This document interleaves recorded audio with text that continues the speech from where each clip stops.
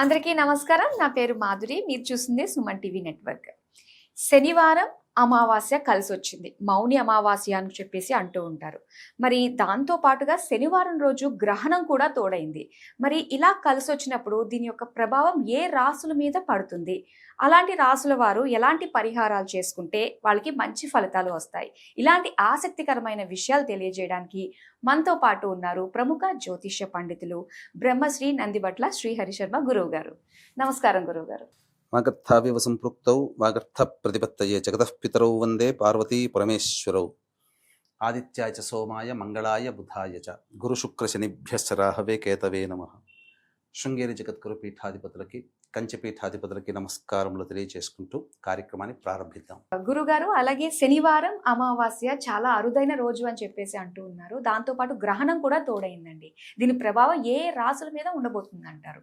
మనకు పాల్గొన మాసంలో ఆఖరి రోజు 30వ తారీఖు రోజున ఉగాది ప్రారంభమవుతుంది. కానీ ఈ ఆఖరి రోజునే అమెరికా, కెనడా, మెక్సికో లాంటి కొన్ని నగరాల్లో, అమెరికాలో కొన్ని నగరాల్లో, ముఖ్యంగా న్యూజెర్సీ, న్యూయార్క్ వంటి నగరాల్లో ఈ యొక్క గ్రహణం అనేటువంటిది ఏర్పడబోతుంది. కాబట్టి మన కాలమానాన్ని కనుక పరిశీలన చేసుకుంటే ఉదయం 10:30 నుంచి మధ్యాహ్నం 2:30 గంటల వరకు కూడా ఆ సమయం సరిపోతుంది. కాబట్టి అయితే చాలామంది వీక్షించేటువంటి ప్రేక్షకులు ఏంటంటే ఇప్పుడు కూడా గ్రహణం మనకి ఏమైనా ఎఫెక్ట్ ఉందేమో భారతదేశంలో అని అంటుంటారు. కానీ భారతదేశంలో ఆ గ్రహణం ఎఫెక్ట్ లేదు. గ్రహణము కనిపించదు. కనిపించినటువంటి గ్రహణానికి పట్టు విడుపు స్నానాలు, ఇల్లు కడుక్కోవడాలు అలాంటివి ఏమీ చేయాల్సినటువంటి పని లేదు. కానీ ఈ ఎఫెక్ట్ గ్రహణం అంటే సూర్యుడు, చంద్రుడు ప్రపంచానికి, విశ్వానికి ఒక్కడే కదా మనకు ఈ యొక్క భూభాగానికి. కాబట్టి గ్రహణం ఆ యొక్క సూర్యచంద్రులకు అవుతున్నప్పుడు ఆ ఏ నక్షత్రము, ఏ రాశులలో గ్రహణం పడుతుందో వాటికి సంబంధించినటువంటి బేస్ చేసుకొని కొన్ని రాశులలో జన్మించినటువంటి వారికి మాత్రం గ్రహణ ప్రభావం ఎఫెక్ట్ అనేటువంటిది కొంచెం ఉంటుంది.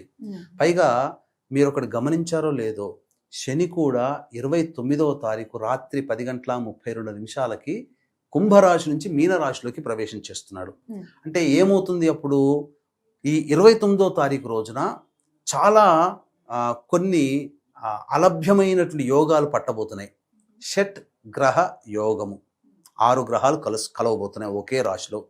శనివారము అమావాస్య, మౌని అమావాస్య అని అంటుంటారు. అద్భుతమైనటువంటి అలభ్య పుణ్యతిథులు. ఇట్లాంటి శని అమావాస్యలు సంవత్సరానికి 1, 2 వస్తాయి. ఇక సూర్యగ్రహణం, ఇవన్నీ కూడా అందున శనికి సంబంధించినటువంటి ఉత్తరాభాద్ర నక్షత్రములో ఈ గ్రహణం వస్తున్నటువంటిది. అమావాస్య శనివారము, ఉత్తరాభాద్ర నక్షత్రం శనికి సంబంధించింది.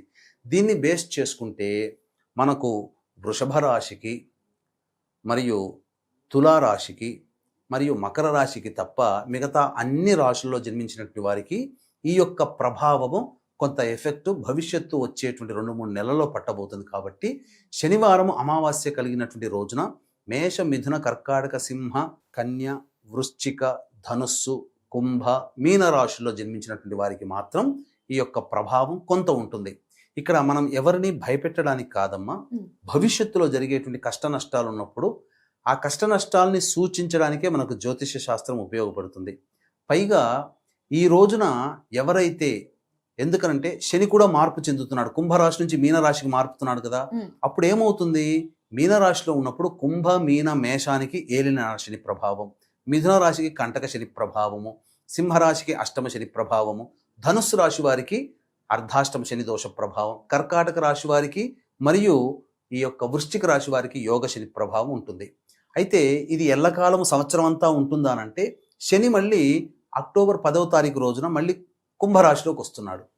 వచ్చినప్పుడు ఏమవుతుంది? ఇప్పటి వరకు దోషం పోయింది అనుకున్నటువంటి రాశులకి, వృశ్చిక రాశి వారికి అర్ధాష్టమ శని, కర్కాటక రాశి వారికి అష్టమ శని, అలాగే వృషభ రాశి వారికి కంటక శని, మరియు ఈ సంబంధించినటువంటి మకర, కుంభ, మీన రాశుల వారికి ఏలినాటి శని ప్రభావం మళ్ళీ మొదలవుతుంది సెప్టెంబర్ 28 నుంచి వచ్చే సంవత్సరం జనవరి 9 వరకు.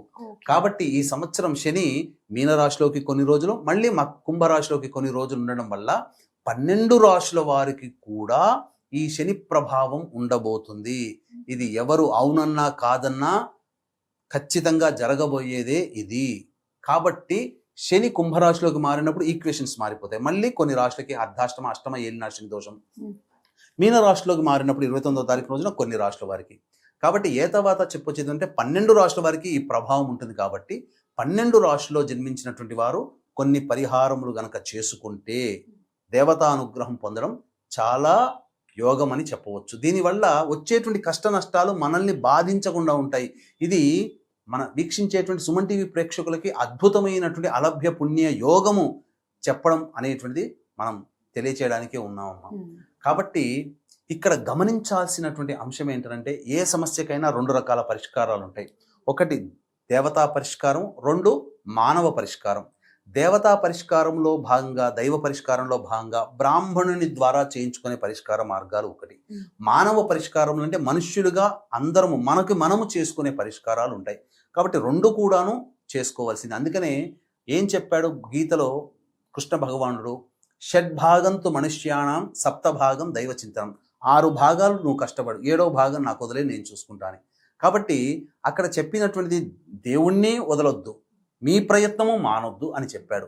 అందుకనే ఈ యొక్క శనివారం 29వ తారీఖు రోజున అమావాస్య శనివారము, మౌని అమావాస్య శనివారం, ఉత్తరాభాద్ర నక్షత్రంతో కూడుకున్నది, చాలా గొప్పది, అరుదైనటువంటి రోజు, మరియు సూర్యగ్రహణం ఉన్నటువంటి రోజు, మరియు శని కూడాను కుంభరాశి నుంచి మీనరాశికి మారుతున్నటువంటిది, షడ్గ్రహ కూటమి కూడా ఏర్పడుతున్నటువంటి రోజున. ఈ సందర్భంగా 4 రకాలైనటువంటి మార్పులు అంతరిక్షంలో జరుగుతున్నటువంటి కారణం చేత ఈ యొక్క 12 రాశులలో జన్మించినటువంటి వారికి అందరికీ కూడాను శని ప్రభావం వలన భవిష్యత్తులో ఇబ్బందులు కలగకుండా మంచి జరగడం కోసం ఈ యొక్క మౌని అమావాస్య 29వ తారీఖు రోజున, శనివారం రోజున సాయంకాలం 6 గంటల తర్వాత పీఠమాధ్వర్యంలో ఈ యొక్క ప్రత్యంగిర, బగలాముఖి, పారాహి, రాజశ్యామల, ధూమవతి, కాలభైరవ, మృత్యుంజయ హోమాలతో పాటు వివాహం కాని అబ్బాయిలు అమ్మాయిలకి దాంపత్య సమస్యలకి మరియు అనారోగ్య సమస్యల నివారణకి విశేషించి హోమాది కార్యక్రమాలు, మరియు మీ యొక్క సంకల్పం నెరవేరడం కోసం, మీ జాతకరీత్యా ఉన్నటువంటి దోషాలు తొలగిపోవడం కోసం సర్వదోష నివారణ హోమాలు, విశేషముగా శనీశ్వర హోమము అనేటువంటిది జరిపించడం జరుగుతుంది. అఘోర పాశుపత మంత్రహోమం కూడా జరిపించడం జరుగుతుంది. అవకాశం ఉన్న వాళ్ళు ఈ కార్యక్రమ తదనంతరం కాంటాక్ట్ చేసి మీ గోత్రనామాదులు నమోదు చేసుకోవచ్చు. సాయంకాలం 6 గంటల వరకు కూడా ఈ కార్యక్రమంలో 29వ తారీఖు రోజున కార్యక్రమంలో గోత్రనామాదులు నమోదు చేసుకోవచ్చు. 7 గంటలకి కార్యక్రమం ప్రారంభమవుతుందని చెప్పవచ్చు. ఇక ఇప్పటి వరకు చెప్పింది దైవ పరిష్కారాలు. మానవ పరిష్కారంలో భాగంగా ఆ యొక్క శనివారం రోజున ఉదయాన్నే కాలకృత్యాదులు తీర్చుకొని దేవాలయానికి చేరుకొని నవగ్రహాల చుట్టూ శివాయ నమః అంటూ 27 ప్రదక్షిణలు చేసి శనీశ్వరుని దగ్గర ఎదురుగుండా నిలబడి ఆ శని భగవానికి నల్లబట్ట కట్టి, నల్ల బట్టని కొద్దిగా మనం కత్తెరతో కట్ చేస్తే ఒత్తిలాగా చేయవచ్చు. దాన్ని చేసి ఆ ఒత్తిని ఇనుప ప్రమిదలో కానీ మట్టి ప్రమిదలో కానీ పెట్టి ఆ ఒత్తి పెట్టి నల్ల నువ్వుల నూనె వేసి దీపారాధన చేసి తైలాభిషేకము శనీశ్వరుడికి ఓం హ్రీం శనైశ్చరాయ నమః అనుకుంటూ అభిషేకం చేసుకోవచ్చు. లేదా బ్రాహ్మణుని పిలిపించైనా అభిషేకం చేసుకోవచ్చు. అభిషేక తదనంతరం 8 నల్ల నువ్వుల లడ్డూలు ఆ స్వామికి నివేదన చేయాలి. ఇక తదనంతరం ఆ రోజున మధ్యాహ్నం 1 గంట టు 2 మధ్య కాలంలో శనిహోర ఉంటుంది. ఈ శనిహోరలో అనాథలకి, వికలాంగులకి మరియు వృద్ధులకి తినే పదార్థాలు పంచిపెట్టాలి. ముఖ్యంగా పారిశుద్ధ్య కార్మికులకి ఏదైనా వంట వండుకోవడానికి సామాన్లు కానీ, కనీసం టీ తాగడానికి ఏదైనా 10 రూపాయలు ఇచ్చైనా కానీ వాళ్ళని సంతోషపెట్టాలి. ఇక ఆ రోజున ఉపవాసం ఉంటే చాలా మంచిది. అమావాస్య రోజు కాబట్టి మాంసాహారం భుజించకూడదు. ఉపవాసం ఉంటే చాలా మంచిది. ఇక ప్రదోషకాల సమయం కనుక 4-4:30 కల్లా మళ్ళీ కాలకృత్యాదులు తీర్చుకొని రావి చెట్టు చుట్టూ శివాయ నమః అంటూ 27 ప్రదక్షిణలు చేసి ఆ యొక్క రావి చెట్టు దగ్గర రాశిగా, అనగా పశ్చిమాభిముఖంగా, అంటే మనము పశ్చిమంగా ఉండాలంటే పడమర వైపు మన ఫేస్ ఉండాలి. ఆ పశ్చిమాభిముఖంగా కూర్చొని ఒక విస్తరాకులో కానీ లేదా రావి ఆకులలో కానీ 3 రావి ఆకులు 4 రావి ఆకులు పరిస్తే కొద్దిగా ఇలా దొంతరలాగా అవుతుంది.